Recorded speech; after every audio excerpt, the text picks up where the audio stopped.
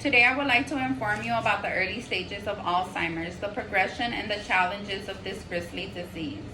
So what is Alzheimer's? Alzheimer's is a complicated increasing disease that destroys cells in the brain, causing problems with memory, thinking, and behavior. Meaning your brain is going to fail over time, and as your brain is failing, it can take 10 to 20 years before a diagnosis. So what is the start of this disease?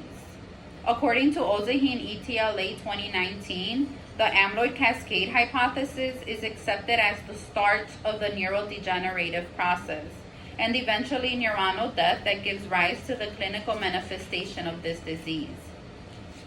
Meaning that the start of this disease causes degeneration or loss of neurons in the brain.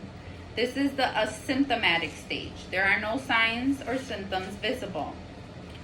This early stage is detected through the overproduction of amyloid beta protein. Amyloid beta protein begins to bond together outside of the neurons, forming amyloid plaques leading to neurofibrillary tangles. Here I have an image of what I just explained. These are normal neurons. There's no overproduction of amyloid beta protein, nor are these neurons distressed. In contrast, there's overproduction of amyloid beta protein. They're bonding together to create these clusters that are named amyloid plaques, which lead to the neurofibrillary tangles up here. Those are found within the neurons. See, the neuron is clearly distressed in comparison to this one. This then is the destruction of the brain cells, which brings us to the symptomatic stages. But prior to the symptomatic stages, I would want to make you aware that there is diagnostic testing to detect the presence of amyloid beta protein, which are cerebrospinal fluid, positron emission tomography, and MRI testing. According to Stark-ETLA, there are 4 stages of Alzheimer's. The early stage. In this stage, individuals may seem healthy but have trouble making sense. Therefore, these individuals during this stage, they still can drive, they still can go to work, they can still interact in social activities, but there are some symptoms that are kicking in, such as forgetting how to open an envelope, how to put on their seatbelts, forgetting certain days of the week, certain words they forget, losing items. This is all part of this early stage. According to Stark-ETLA 2015, the middle stage. In this stage, deterioration becomes more clearer and the dementia worsens.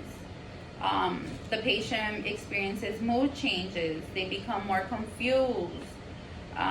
Their personality changes, which can consist of them lashing out at loved ones, which tend to be their caregivers. They lose interest in activities they enjoyed in the past, such as painting, going to the movies, taking walks, or sightseeing. According to Stark-ETLA, the late stage. This stage is more intense. Rigorous supervision and care is a must in this stage, so implementing a caregiver is fundamental. The caregiver will assist with taking the patient to the doctor's appointments.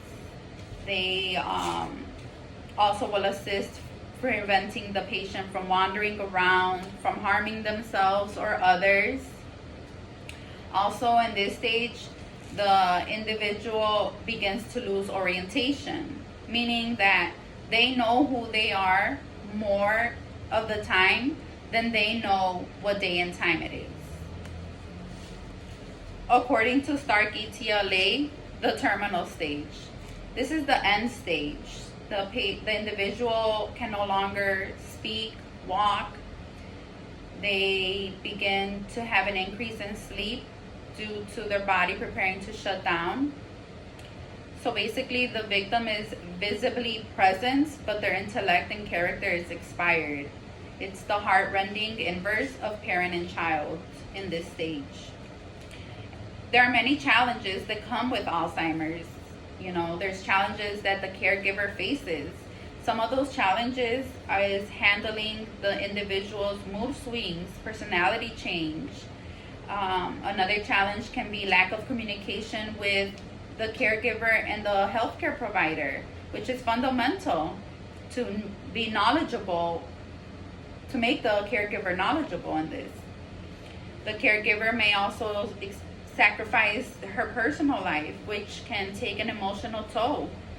Also, financial burden. The caregiver may begin to lessen hours at work, which can lead to them quitting their job entirely. This is a 360 change that takes a toll on a caregiver. There are challenges for this caregiver.